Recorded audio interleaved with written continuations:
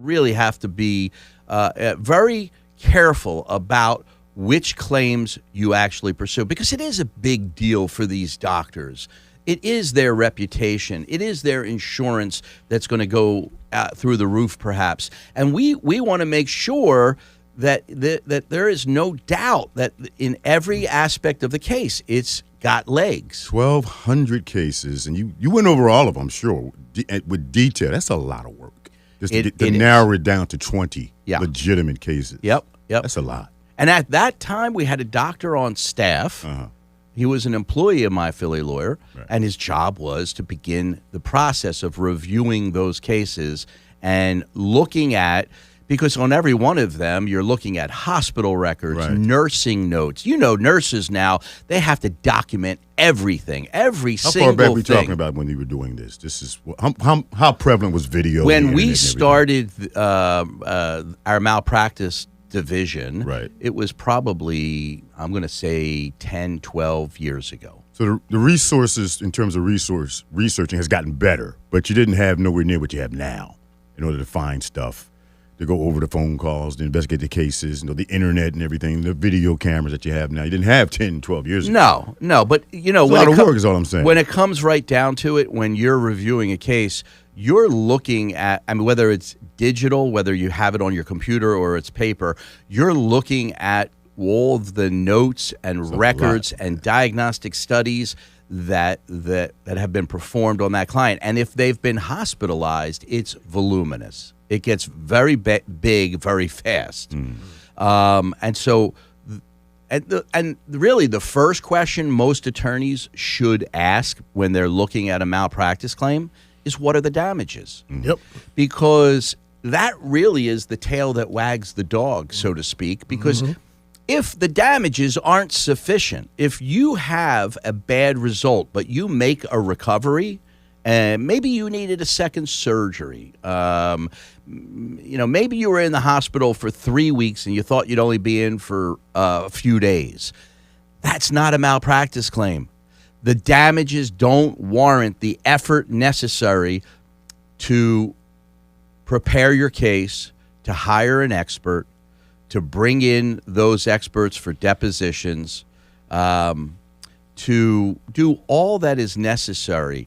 And so, whereas in a motor vehicle case, if your case is worth $15,000 or $20,000, you'll find an attorney who will take that case to make his, $8,000 fee. But you're never going to find a competent malpractice attorney to pursue a $100,000 case. It's just because the cost of all of that analysis exceeds the value of the case. And so doctors all over this country, every single day, commit malpractice that they get away with because they haven't done significant harm to the patient as a result of the malpractice. Right. That It's not about principle. That might be a hard concept for some folks to wrap their head around. You mean to tell me I could end up getting malpractice committed on me, I have some negative consequences, and I get no compensation for those negative consequences? And the answer is absolutely yes. And nobody should tell you differently, because it's just nobody's taking a case for malpractice that doesn't have significant value. What is that? That's impossible to tell you, because there are attorneys who might take a $500,000 malpractice case, whereas those who are really trained and do this on a daily basis would never take a $500,000 malpractice case. But there are some. But nobody should take a $50,000 or $100,000 malpractice case. You're going to definitely spend more time, money, effort on those claims than you will recover. And so for the patient, it's a suck it up and move on. And that's really the truth of the matter. 215-227-2727. You got legal issues? Even if it's not on malpractice, give us a call. We'll definitely tackle them today. I'm going back and forth with a person right now. I had no idea they were involved in a malpractice suit some years ago, and they're breaking it down to me. I was like, wow, I had no idea. But what you're saying, I've heard stories of surgeons that have left instruments in people. Now, that's a different That's story. a different story. Yeah. That's, I'm going to throw a little Latin out. That's res ipsa. Say it again. Res. Res ipsa. Ipsa. R-E-S. Ipsa. I-P-S-A. That's Latin. That is Latin. It sounds baby. a little Yiddish to me, but Yeah. if you say so. Well, when it comes out of my mouth, it might be. So, yeah. Well, The thing speaks for itself. ah. The thing speaks for itself. You don't need an expert. When the doctor had 10 sponges and at the end of the surgery He's got. he's got 8, there's a problem. Okay? And I've had cases like that. And that brings up a whole nother issue, which I'm going to share with you in a moment. But you don't need an expert. The burden kinda like, to prove that he did not commit malpractice flips to the doctor, and so you just need to say, "Hey, I had to have a second surgery a year later because I was having some agita, and lo and behold." They found a duck in my stomach that he had left there, whatever it was. Wow, quack. And Quack. and so you're going to get paid for that type of a case. But so the vast majority of claims are not that. You need an expert to prove all that we've mentioned earlier. But yeah, you leave something in. Come on, man. I had a lady who came to me. She had gotten an infection, a raging infection, and it infected her blood, and so she had a systemic blood infection. Nearly died. They cut her open, and sure enough, there was a sponge left in there from 11 years earlier from a surgery that just so happens to have torn and perforated her bowel years later, and that was a hospital in Philadelphia who will remain nameless because of the confidentiality that most settlements nowadays require. And but I think we collected something right around a little over $100,000 for her. How is she? She made a full recovery. Okay. Yeah, thank God she made a full recovery. But that was a case that was res ipsa. We did not need an expert. The hospital acknowledged their responsibility. Now, you might want to ask, why can I make a claim 11 years later? Because every one of our listeners should immediately recognize that there is, in Pennsylvania anyway, a 2-year statute of limitations. That's good to know. Right, but not only that, you said that she made a full recovery. Yeah. She did. Usually, when you make a full recovery, it's not worth anything. It is not, because of all the expense necessary to prove the malpractice in the first instance. And so you're hiring doctors, and oftentimes you're hiring the best doctors and the best doctors who are not necessarily local, because there's sort of a collusion of local doctors who may not want to testify against fellow doctors who may be referring them work. They see them on the golf course. Who knows? So often you go outside geographically from the Philadelphia area, and you're looking for the very best, and they want to be paid exorbitant fees to review these cases. But in this case, because you don't need to have that, you don't need to have a case that has significant value. But the value in the case was based on pain and suffering in this case. It was. Okay. It was based on her pain and suffering for the time that she had the infection, surgery, and her recovery. Gotcha. And so, but the 2-year statute of limitations is and always will be extended in Pennsylvania by the discovery rule. If you have no reason to know malpractice was committed, and that's a burden you have to show, no reason. So if she had symptoms along the way that she did not investigate properly, she may not have been the beneficiary of this discovery rule. But because she had no symptoms, throughout that 10-year period, 0 symptoms. Then she has symptoms. She investigates it. She discovers for the first time, and she had no reason before then to know, then the discovery rule begins to click the statute of limitations when she discovers that malpractice was committed. Or should have. So in this case, when her symptoms began to occur and she was required to investigate it, that's when the discovery rule begins to click that 2-year statute. Well, within that 2-year statute, she discovers that she has this sponge, and then she goes and gets it taken care of. We bring a lawsuit before that 2-year statute ran.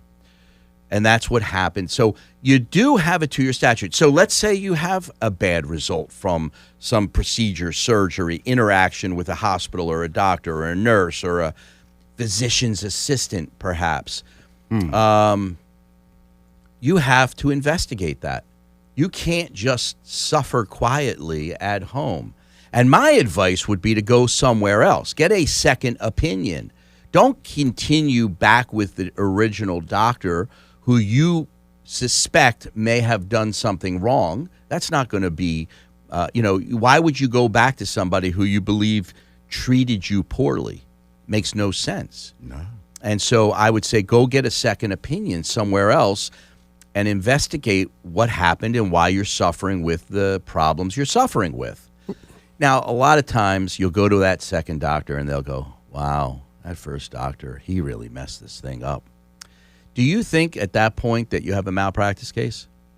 Maybe. Uncertain. Maybe. All right, I'll give you a maybe. Maybe. But I'll tell you something. That doctor who you went to for your second opinion almost never will be a doctor who will actually testify in a court against the first doctor. Why is that?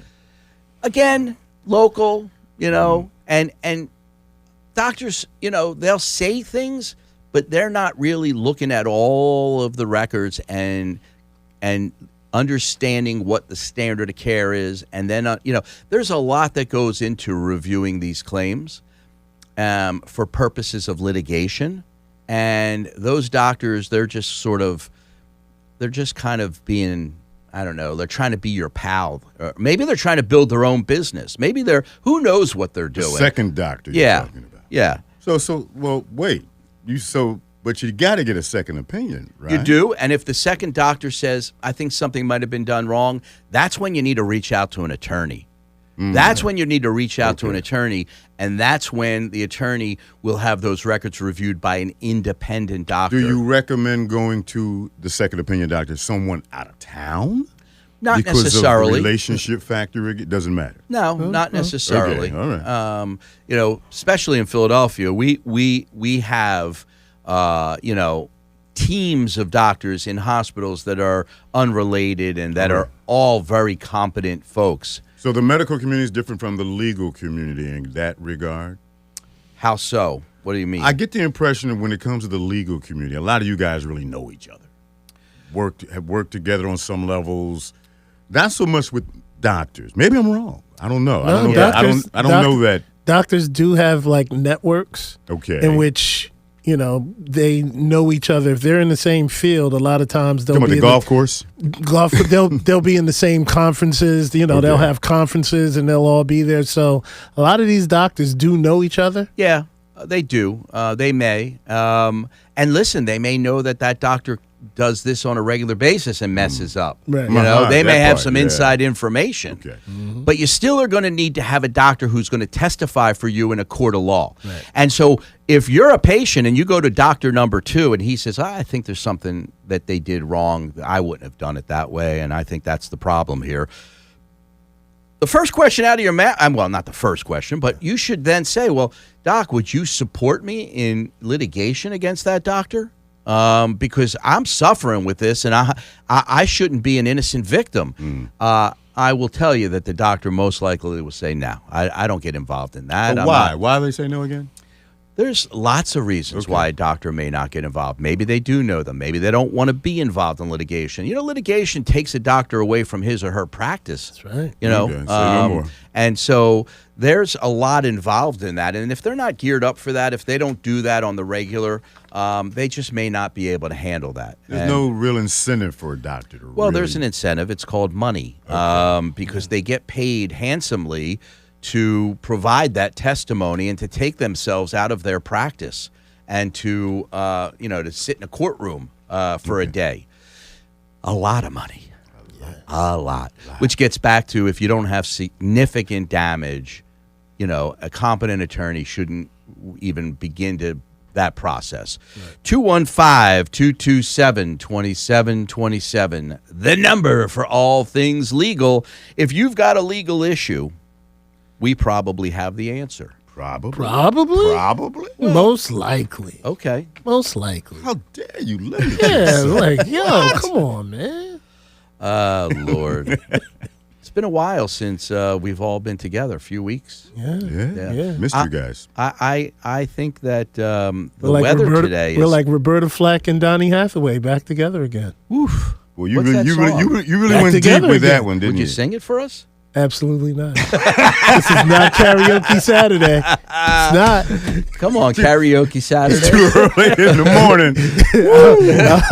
I'll He's do the it- he's the DJ. yeah, DJ tactics, Not singer? not singing tactics, Okay. not crooner. No. We're going to take a quick break, folks. Why not? If, Good if, time. if you have a legal issue, now's the time to give us a call at 215-227-2727 or post that question on YouTube Live, and we'll be back in 2 minutes to answer those questions. I got a friend. I think a friend of mine's going to call in with their story? Yeah, it's a good story. I didn't know all this. I was like, whoa. Okay, Carly. Okay. All right. See, Dion couldn't do that. He wouldn't have done this. This is how you keep the job. Dion can't. You know what I mean? That's the Carly Quinn Woo, just the Carly flipping around Quinn and is stuff in like the that. building. She's climbing up. Oh, yo. You know what I mean? Any the joke- questions posted for YouTube Live? Questions, yeah. Everyone's just saying thanks for speaking so clearly and Okay. letting everything go. YouTube, I count on you to post a question or two or your own experience. You could share your life experience with us. Somebody might find it interesting, maybe even me. Maybe. Maybe. But yeah. I mean, anything legal. Anything legal. You got it, man. You got it. All right. What is 63? So, fun fact, I was supposed to go to law school after graduating. And I Oh. went to an attorney for like 6 months. But then I hated it and I became a bartender. What kind of law? Personal injury and commercial litigation. Uh-huh. It's just not my tea. I think I would go back for like entertainment law. Kay wants to Okay. share a medical malpractice story. Okay. Which is real crazy now. It ain't the same entertainment law that I used to be involved in. misdiagnosis and surgical Entertainment law is surgical really something now, mistakes. 'cause the streaming aspect of everything got everything flipped on its head. We did have a YouTube. They said so. Experts witness. Will be the doctor? Is that why an expert witnesses how they do? Say that again. That's all. I do have a question. So the expert witness would be the doctor. Is that why an expert witness Yes. is not needed? Yes, the expert witness would be the doctor. Oh, you mean in a Res Ipsa case? I think so. Well, Yeah. no, well, even The more for malpractice it. speaks for itself, is what happens. All right, we're going back on the radio, YouTube, so post your questions. I'll answer them. Good morning and welcome back. I am Dean Weitzman, your host every Saturday morning right here on 100.3 WRNB. And Classics 107.9. It is the station that brings you legal analysis every Saturday morning. Both of them. Yeah, stations, plural, that brings you the analysis you need to live your life in a safe fashion. I have some callers. We're going to get to them right now. And let's talk to Kay on line 2. Good morning, Kay, and welcome to Court Radio. Good morning. How are you? Doing well. What would you like to share with us? Well, I would like to share with you actually a medical malpractice case that I was involved with via my spouse. We basically had just arrived back from out of the country. We had just gotten married and came back from our honeymoon. Literally after we landed, probably about 2 hours after the honeymoon, he had a massive stroke. So we called the ambulance, and he was taken to the hospital via, the ambulance. But because he was still able to talk, they did not go through the regular, stroke protocol and actually set us in the hallway for 2 hours. So the blood clot that could have been averted ended up rupturing. So he went from a blood clot to a full-blown brain bleed, an aneurysm. And as a result, he ended up pretty much losing his employment and so forth and so on. Okay. So it took us a long time to really find an attorney who was willing to take our case because, as you said, the local attorneys, it was a local hospital. Due to the confidentiality, obviously, I can't say the hospital or any of the doctors' names or anything like that. But I was just agreeing with you that it takes a really long time to find an attorney because it took us, I would say, maybe about, 6 or 7 months due to there is a camaraderie there. It's like any other profession, attorneys, doctors, police, or whatever, they all stick together. So, it was just really hard trying to find someone because everyone kept saying we didn't have a case. And then finally we found the case and an attorney in Baltimore who took the case, who said, obviously, had he not sat out in the hallway for 2 hours, obviously, because time is of the essence with a stroke, then he wouldn't have ended up the way he did. So I just wanted to share that. Well, that it's, even though it's hard to find an attorney, you can find one if you keep looking. My question is, what was the outcome? So obviously you resolved your case because you're talking about confidentiality. So did it settle, or did you try your case to a jury?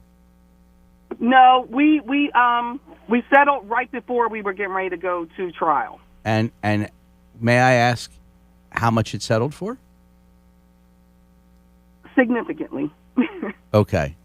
All right. Yeah. So it was a significant settlement simply because, he lost his livelihood. He couldn't do his profession anymore. Where was so forth and so on. What city was the doctor or hospital in that you sued?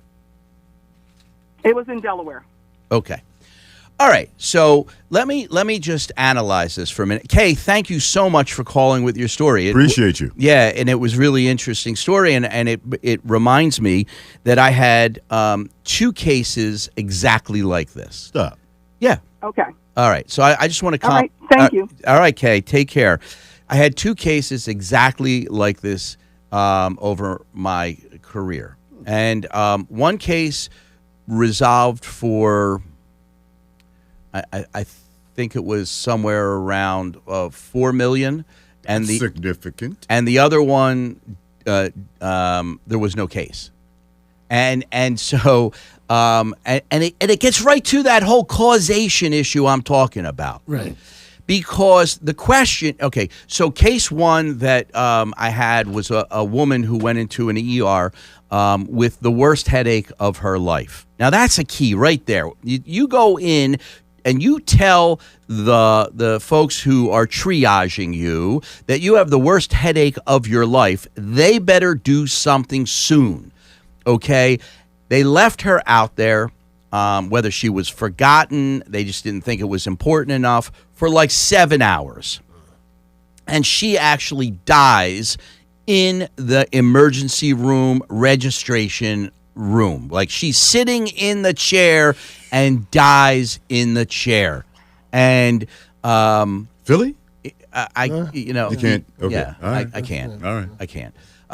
So we brought the suit, and we were able to prove that she too had an aneurysm in her brain, and that it was and that their failure to provide treatment significantly changed her chances of survival. And then the burden flips to the hospital to show that they didn't harm her, that even if they had treated her right away, she was going to die anyway. And the second case, they delay treatment but eventually get the patient in and do CAT scans and stuff like that. And then he has the aneurysm bursts and he dies. But they were able to show that the aneurysm was in a location in his head that despite all their best efforts, if they had done it faster, the outcome would not have changed. Stop. So, yes, they delayed treatment. Yes, if I was that patient, I would want to have been treated sooner.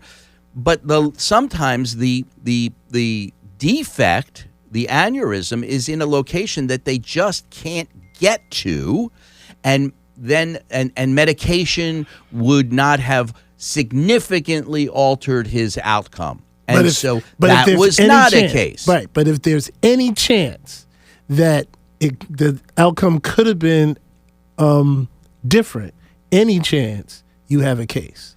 So even if it's like a small chance, like, yes, it's in a bad spot or anything like that, but they had a chance if they provided treatment in time. At what point, you're right, how much do you have to show in order for that burden to flip to the other side, for them to have to prove the negative? Right. And that's a good question, and it's not easily answered.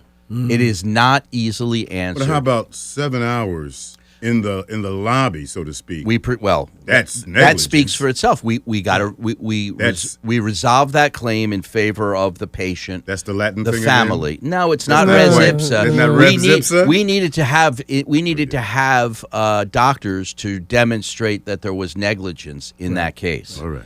All right, let's talk to Joan on line 4. Oh, Joan. Hi, Joan. Yes, good morning. Good morning, Joan. Welcome to Court Radio. Thanks for giving us a call. Thank you. My question is, I will be having back surgery, spinal surgery, in the next couple of days, and I will be speaking with my doctor over the virtual about the surgery. It is spine surgery. But how do I broach the subject of standard of care with my neurosurgeon? The insurance company has denied a portion of what the doctor had recommended on the spine.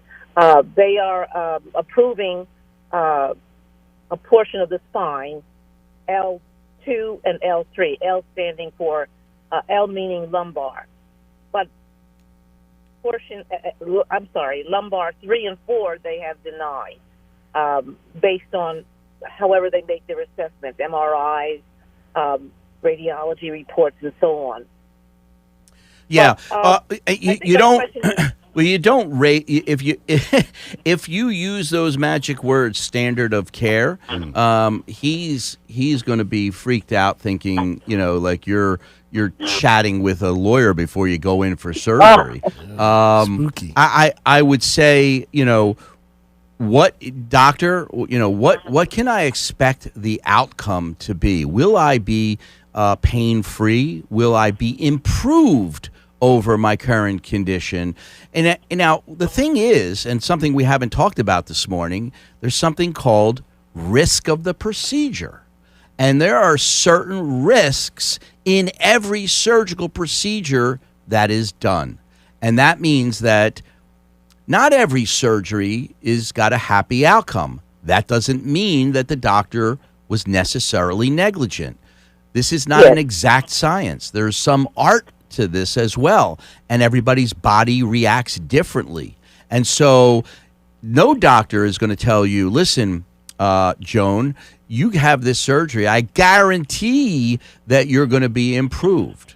No, they can say, we believe that you will experience significant improvement over your current condition, which is why we're doing the surgery for you and why we're recommending that surgery. But nobody guarantees, no back surgeon is going to tell you that you're not going to have some maybe even permanent consequence from that surgery. But what's interesting about what she's asking is that her insurance company is specifically denying a portion of what was recommended by Right, the the doctor. diagnosis. So Yeah. Question, will she, and that's a question for the doctor. Now that your procedure that you're doing is not what you initially recommended, are my chances of getting a significant recovery reduced? And are we going to be blaming the insurance company if I come out of this procedure and I don't have any relief from the pain that obviously, Joan, you're experiencing? You wouldn't have back surgery unless you're probably suffering with something on a daily basis. Sure. And so the question is, and the other thing is, once he opens you up and he actually visualizes the lumbar disc at L3-4, he may say, he may have to deal with that issue if it's significant, and he's got you open at that point, and deal with the insurance company later. So there's, that's another question for the doctor. Listen, you open me up and UCL3-4 absolutely has to have something done. Are you going to do it anyway? And then, we'll deal with the insurance company later? Or are you going to close me back up and then report to the insurance company and then have to open me back up again? It's, those are some of the questions I'd want to ask the doctor, but I wouldn't use those words, standard of care. Thank you. I appreciate your comments. I have so many questions, but this really satisfies, I think, 90% of them. Thank you very much. Joan, be well. Good luck with that, Best dear. to you, Joan. Thank you. All right. Thank you so much. Okay, bye-bye now. Bye Bye-bye. now. Wow, Dean. Yeah. A lot of this, in your profession, huh? You hear a lot of this day to day? Yeah. Yep. And so, what is the woman who, called earlier? It was a Delaware case anyway. It wasn't Pennsylvania or New Jersey. Okay. Yeah, but a Baltimore lawyer took it, though. Yeah. Is that what she said? Yeah. Yeah. Okay. A Baltimore lawyer who obviously could practice in Delaware. But I would say, you want to know that the attorneys you're going to, like when Kay gave me her story, I was able to relate to you two other cases that we handled that were exactly the same. And so, you want to know that you're with an attorney who regularly practices in the area of medical malpractice. This is not an area that you go to a neighborhood attorney who may, do motor vehicle accidents and slip and falls, but has very little or limited experience.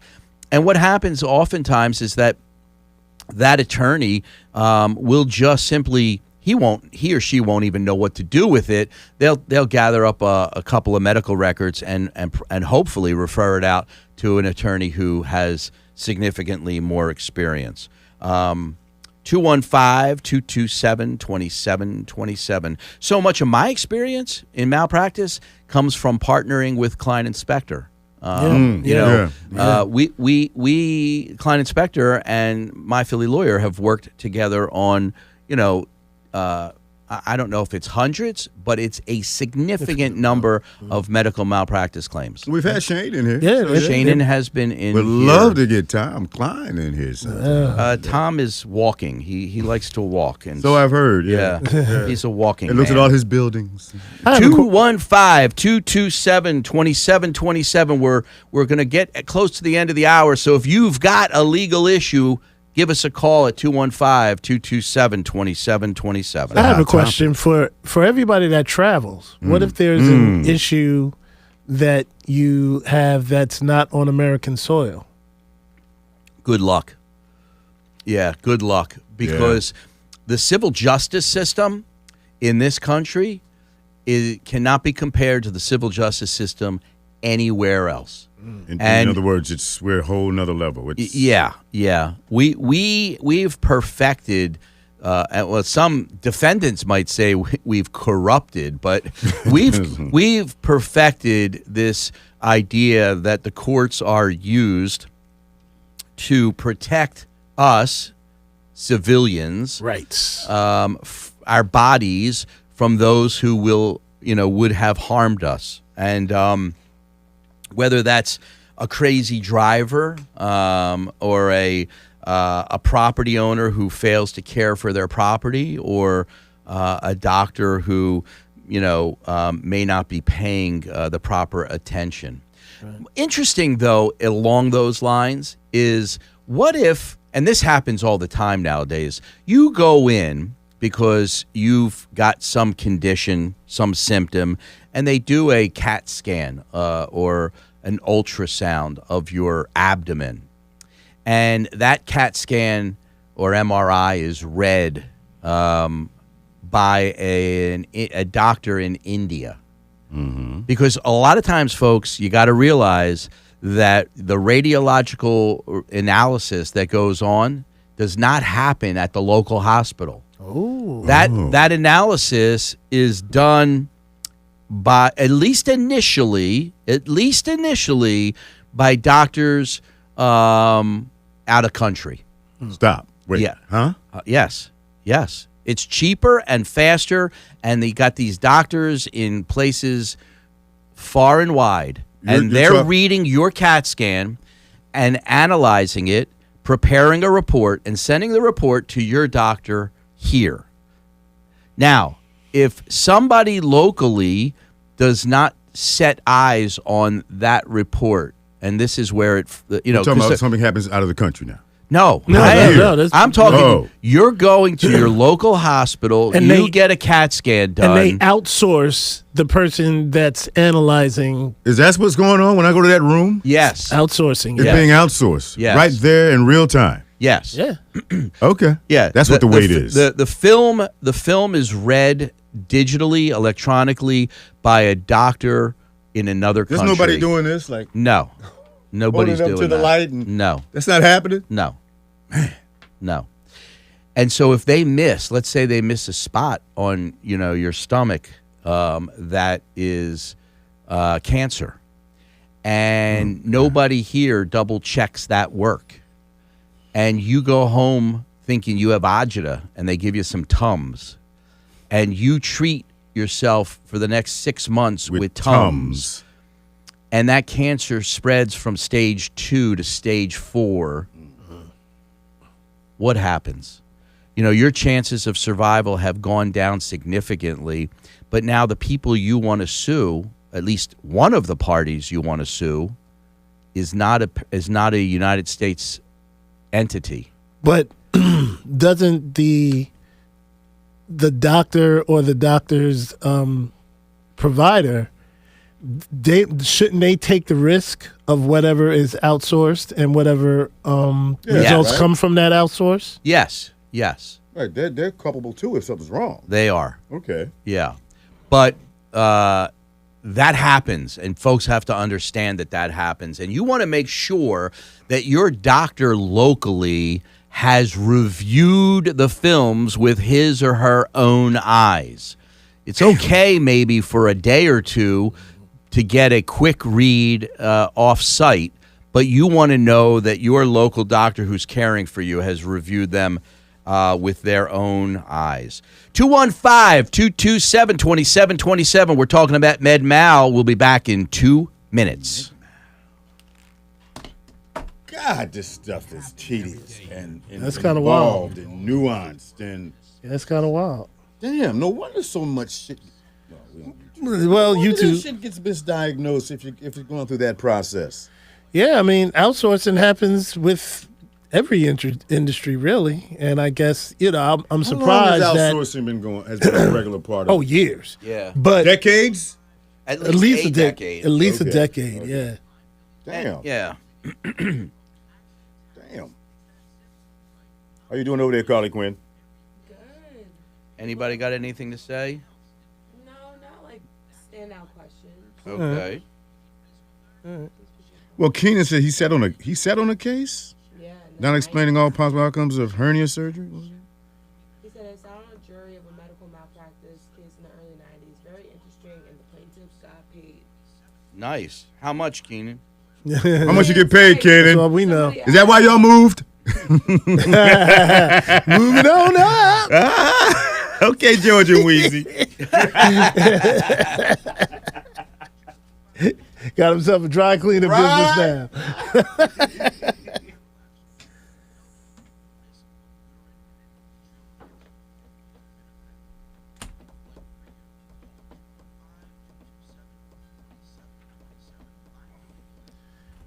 Now, Keenan's a guy, NASCAR expert, Okay. and can take the car apart, put it back together. But he knows NASCAR. Okay. All right. Well, Good dude, went over, bro. Ricky Bobby. You know Ricky Bobby better than Ricky Bobby know Ricky What? Bobby. That movie came over a couple of days ago. Tallahassee, Talladega Nights. Talladega Nights, yeah. Woo! Hey, thank you, baby Jesus. I'm praying to baby Jesus. I like grown, you know. I like baby Jesus, little cute little baby Jesus. Keenan said the guy got $500,000. Nice. Nice. Yeah, that's good. That's not a lot. But Not a lot in Now today's 4 million, world. huh? Not when you can spend $100,000 getting ready for trial.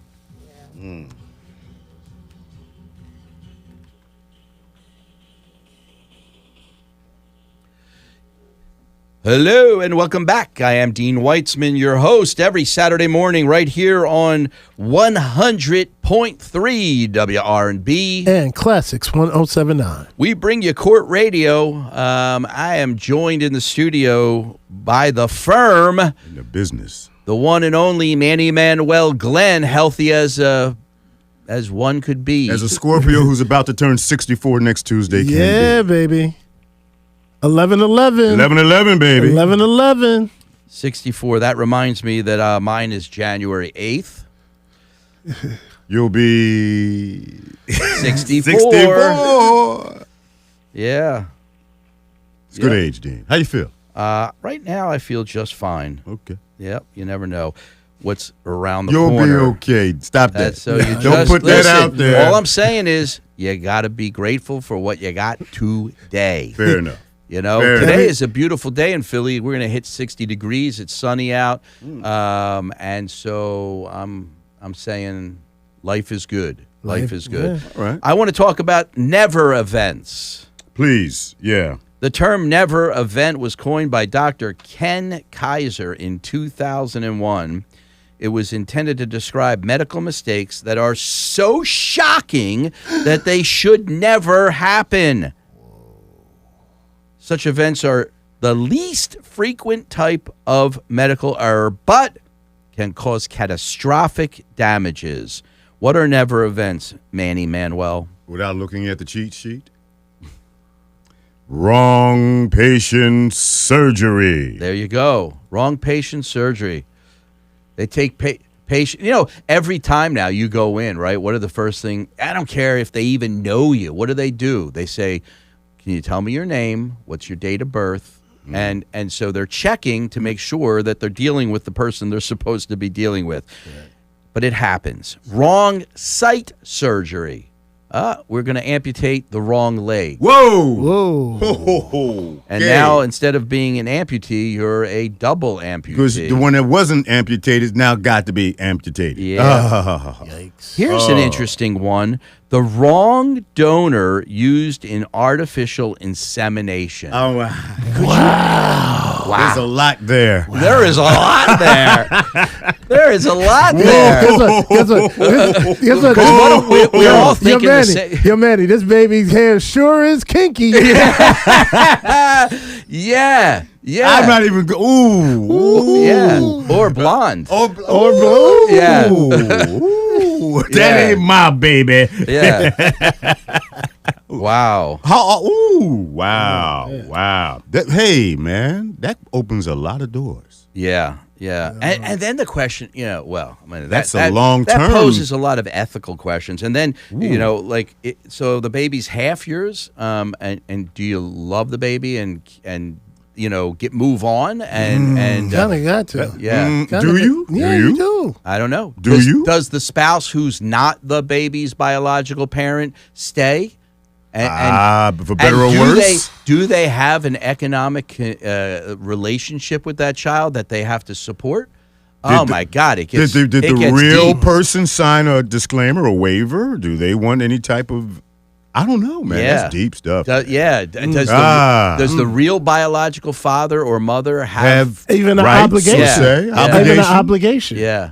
Wow. Wow. That is just Oh, wild. This is a stuff. whole show. Yeah, it is a whole Yeah. show. Yeah. I'd like one of those cases. Could we find Because anyone out there? Yeah, I would like one of those cases from a legal educational standpoint, so that I would be forced to really dig into the law in this area, so that I can Have understand. you heard it. of this? Oh yeah. Okay. Oh yeah. Okay. I mean, you don't think it hasn't happened?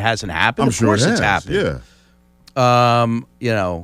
And now there's a lot of these huge sex abuse cases. Not that we're kind of getting off topic, but sex abuse cases where a doctor has sexually abused patients over decades.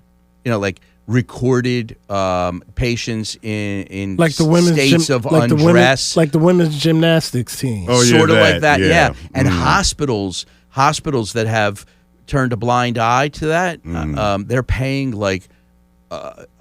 some of them upwards of $1 billion in damages, because the patients are numbering in the thousands, maybe tens of thousands, who have fallen into this trap and didn't even know they were there. Like their body was filmed in a nude state, and the doctor takes that home and uses it for himself. It's crazy. Just wild stuff is out there. But listen, folks, My Philly Lawyer is set up and ready, willing, and able to handle any and all of that. And if we can't, I have a Rolodex of names of lawyers who have exact experience. I analyze these cases, and if I have to partner with somebody, I am all that much willing to do that. So please give us a try. If you haven't used My Philly Lawyer in the past and you need us in the future, the number is 215-227-2727. We're here for you. Yeah, like how many lawyers have a Rolodex? Come on, still in 2025. You know what I mean? One of your longtime listeners turns 84 tomorrow, Mr. Don Carroll. Wow. Happy birthday, Mr. Don. Carroll. 84 Wow. years young.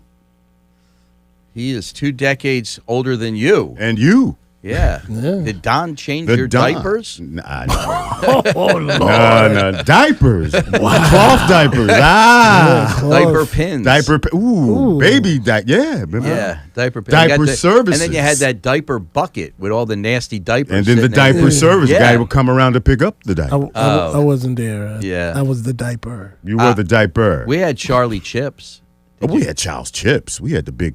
the big orange cans of No, they were yellow, beige and brown. I beige think. and brown, yeah. Weren't they? Yeah. The truck would come around, with correct? chips and Who pretzels. was your water ice guy? Everybody had a water ice and pretzel guy. I think he was Luigi. We had Johnny Boy. You know, Okay. Mario's brother. Mario's brother Luigi. He was the water ice guy. Yeah, I don't know. We went to Water Ice. Well, they didn't come to us. In the OC. Yeah. Yeah. No, the truck All hit right, us. folks, we're reminiscing here. We'll see you next Saturday, same time, same place.